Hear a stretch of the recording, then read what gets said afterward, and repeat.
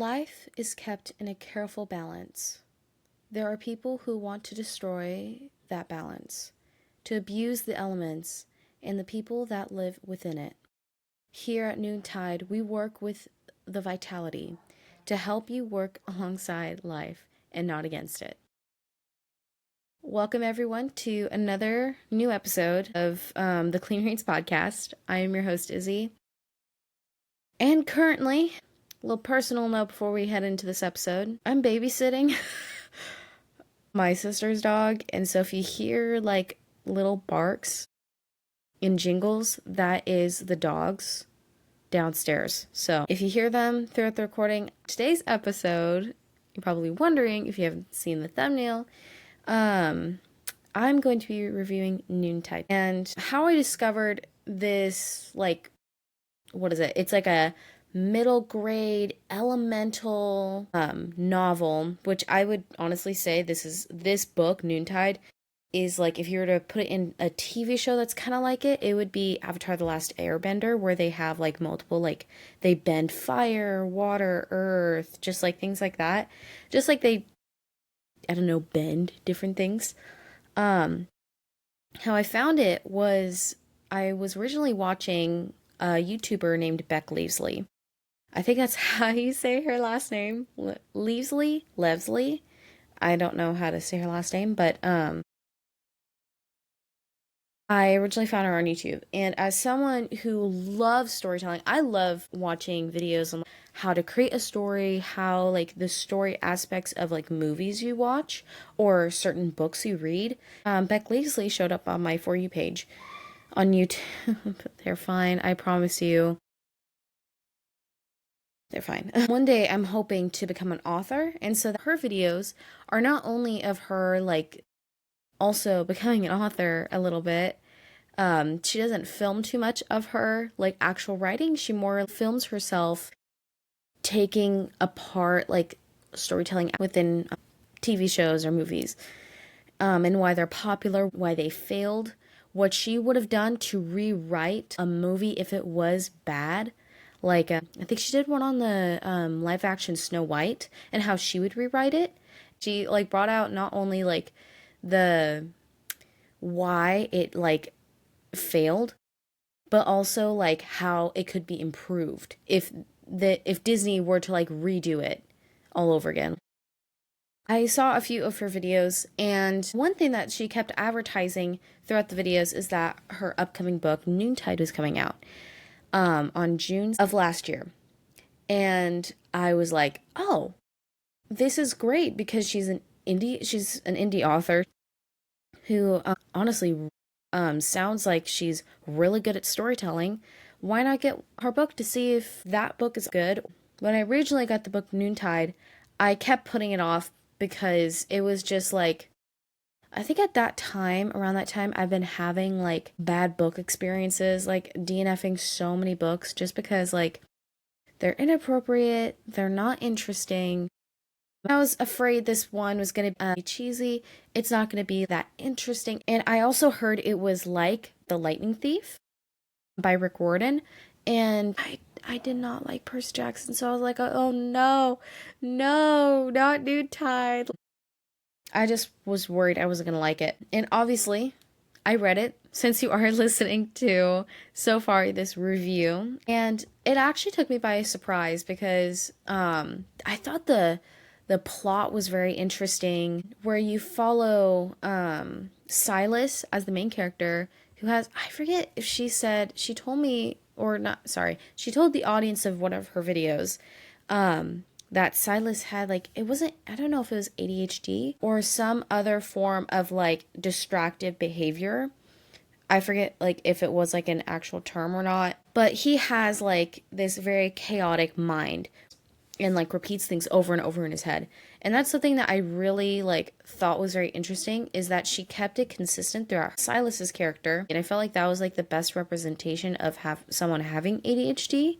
He's kind of funny, honestly, in his own like plain manner. I don't know why, but I think people who have plain mannerisms are the funniest in books when they're like cracking a joke but they're like straight faced. But I really like Silas, and he was a really sweet. I think Harbor was the main female character, if I'm correct. And I think she's the love interest of Silas as well. A little enemies to lovers. Harbor is I feel like a lot like Annabelle from the Percy Jackson series. And I kind of like her character a little bit, but I think she like those extra type A plus characters kind of annoy me sometimes. I enjoyed her a lot at the end, showing more of her character. Instead of being brash, she became a little bit more like thoughtful in her thinking. The storyline is really good. I loved how you follow Silas originally. He knows he has these like superpowers. I forget if they like control water. No, he controls fire. I thought that was very interesting on like how he like is trying to hide his ability and attempts to not use it all the time because he's afraid of hurting other people. And then you have I think it was Harbor, and I think she wants to use her abilities more, but she can't. I forget what the reason was for that. It's been a few months since I read it. I like the other side characters as well. I feel like it's hard to like make actual well side characters. Like, because I've read like books that are published from experienced authors, and they've had like super 2D side characters that like have no personality besides the main characters. You know what I mean? But she did it really well in here to where they all had their desires, they all had their weaknesses and strengths, and all of their different convictions and everything. Example of poor side characters. I feel like the book matched. I forget, I want to say Mary Lou wrote that. That's not the right author. But I felt like matched with the two love interests because it's a love triangle in that book. I felt like it was very shallow. Like the two love interests were literally there just for the romance part. They just felt so 2D. They had no other own desires or characteristics. Like they had no deeper meaning. And that's what Leavesley did really well in here. And I really commend her for it because it is hard, as someone who also is trying to write a book, it's hard to write a fully well rounded character. The twist at the end was really good as well. Um, there's a lot of tragedy actually in this book. There's quite a bit of trigger warnings. We'll get that in a minute. But for the age rating, I would say this book is probably like 12 plus. If you think like someone you know is who's younger should read Percy Jackson, I would say hold off on the Percy Jackson until they're a few years older and let them read Noontide. There's a little bit more. I don't want to say violence, but they don't have something that there's something in the Percy Jackson series that bothers me so much and that refrains me from continuing to read the series as a whole. And that is in the Percy Jackson series where everyone in this camp is a demigod, which means that they're half human, half mythical Greek god.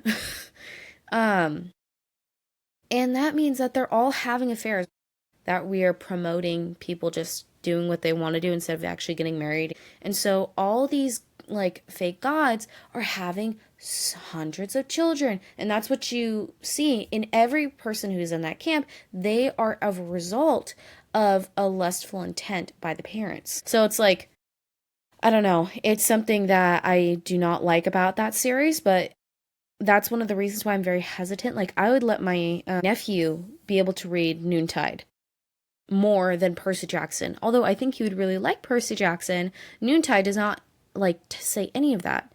Actually, instead, this is probably more of a spoiler, so you can skip a few seconds ahead. But instead of the parents like cheating on each other and that they're having fun with the mortals, they're human, but every person who is on this island, their parents are dead, or they want nothing to do with them. They all have to be dead or missing or something. I feel like that's better because it's just like, oh, come on. You're putting like sexual stuff like that into a middle grade book. And then you're having kids like 8 years and up read it. Something's not adding up. Noontide actually, I feel like deserves that 8 plus rating. Also, there's not like that too much romance in Noontide. I think the second book, I forget like what the title is for it, I think there's going to be more romance in that one, which is understandable. But for this being middle grade fantasy, there's only really like a slight crush on someone. There might be someone, I think there was someone who was dating in there, but they're like older than the rest of the kids. There's blushing, obviously, hand holding, but other than that, there's like nothing in there as far as romance. There's a good amount of violence actually in here. I would say the same as Percy Jackson and Keep the Lost Cities. I feel like they're kind of the same. If you've read Keep the Lost Cities, you could probably read this book. There is also trigger warnings that are in this book, or content warnings. If you're more sensitive or you don't want to be spoiled, is grief, loss of parents, death. People are being tortured, and also anxiety from the main character. But yeah, this was a really great book. I hope, Beck Leasley, if you end up listening to this, I hope you also liked my review. Thank you for listening, and I hope if you guys have any other review requests or anything, or you have any questions for me, please place them down in the comments and I'll respond to you as soon as I can. Thank you so much, and I hope you have an amazing day. Bye!